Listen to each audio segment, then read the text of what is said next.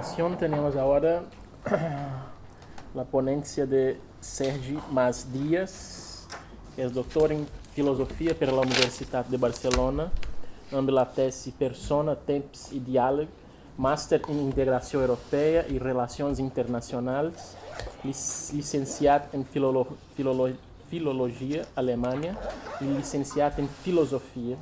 Ha estat professor a la Universitat Ogarinov-Saransky, en Rússia, a la Universidade de Barcelona e ha acumulado 15 anos de experiência docente em ensinamento secundário. La ponencia se llama Nuevas claves para leer el conflicto palestino, la teoría de la acumulación diferencial.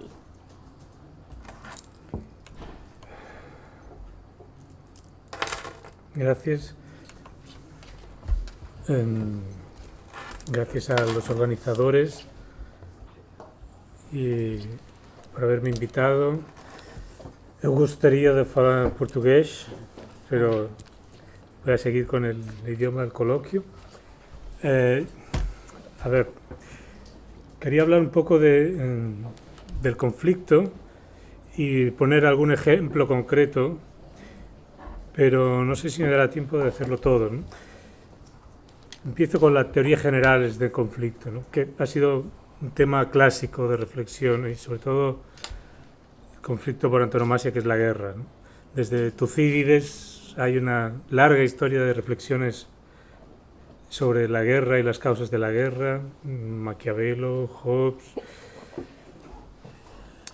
Algunas de estas teorías se basaban en una imagen de la naturaleza humana, en un momento inicial pesimista, ¿no?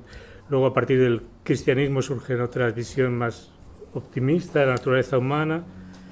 Luego se teoriza también el derecho internacional a partir de Grocio, Kant. Todo esto serían, digamos, los filósofos que conocemos aquí, ¿no?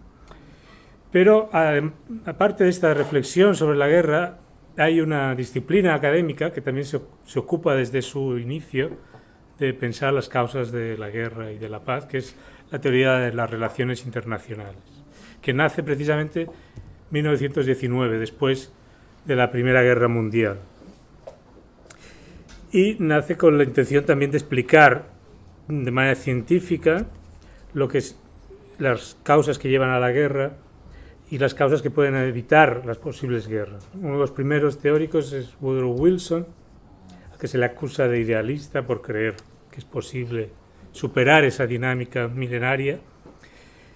El que le critica, Carr, se denomina a sí mismo realista, y esta distinción ya estructurará toda la disciplina de las relaciones internacionales durante 50 años más o menos. La división entre realistas e idealistas. Y a partir de la Guerra Fría predominan los llamados realistas. Morgenthau, Kissinger, Kenneth Waltz, una serie de autores.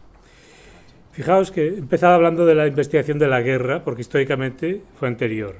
Luego, en el año 69, nace como disciplina la Peace Research, la investigación de la paz, que tiene un enfoque distinto, aunque también intenta explicar las causas de la guerra y de la paz, pero a partir de la experiencia del pacifismo y del rechazo contra la guerra. 69 era en plena guerra de Vietnam y el fundador de la teoría es Johan Galtung, que era un pacifista, y su tesis es sobre Gandhi, otro. Bueno, estos dos paradigmas, estas dos corrientes, definen lo que ha sido el paradigma tradicional y la discusión académica en política internacional, en teoría política, durante bastante tiempo. Pero a partir de los años 70 surge un paradigma crítico alternativo a esta mainstream.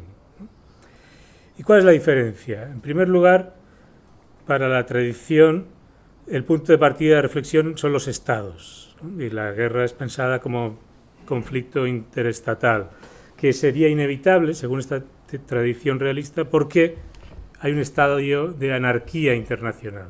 No hay un poder por encima de los estados, y eso es lo que hace que el conflicto sea inevitable.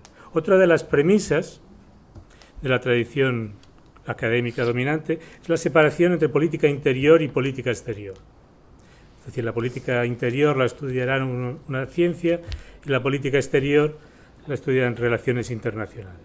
En cambio, para el paradigma crítico, cree que la unidad básica no son los estados, sino el sistema mundial. En segundo lugar, no se puede separar política interior de política exterior, que es una de las cosas que comentaré después. Y tampoco, como se venía haciendo, distinguir política y economía como dos esferas autónomas.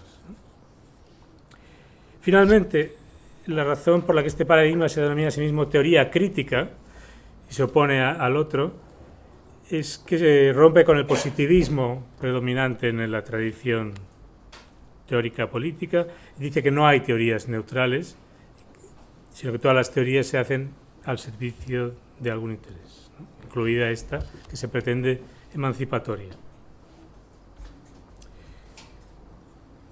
Bueno, esta relación entre estados normalmente se explica hablando de la paz de Westfalia, y en cambio la teoría crítica empieza el análisis un poco después de Westfalia, no en el 48, sino cuando Inglaterra, el Reino Unido, se convierte en el poder hegemónico, ¿no?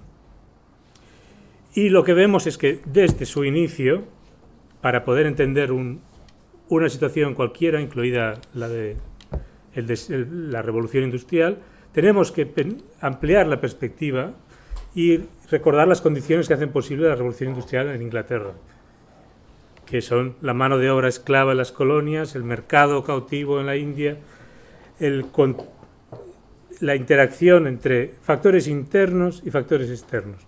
Esto es lo que vemos ya en el primer caso, que es en la génesis de la hegemonía británica, y que sigue hasta hoy, ¿no? Y este es el tema que quería presentar en segundo lugar.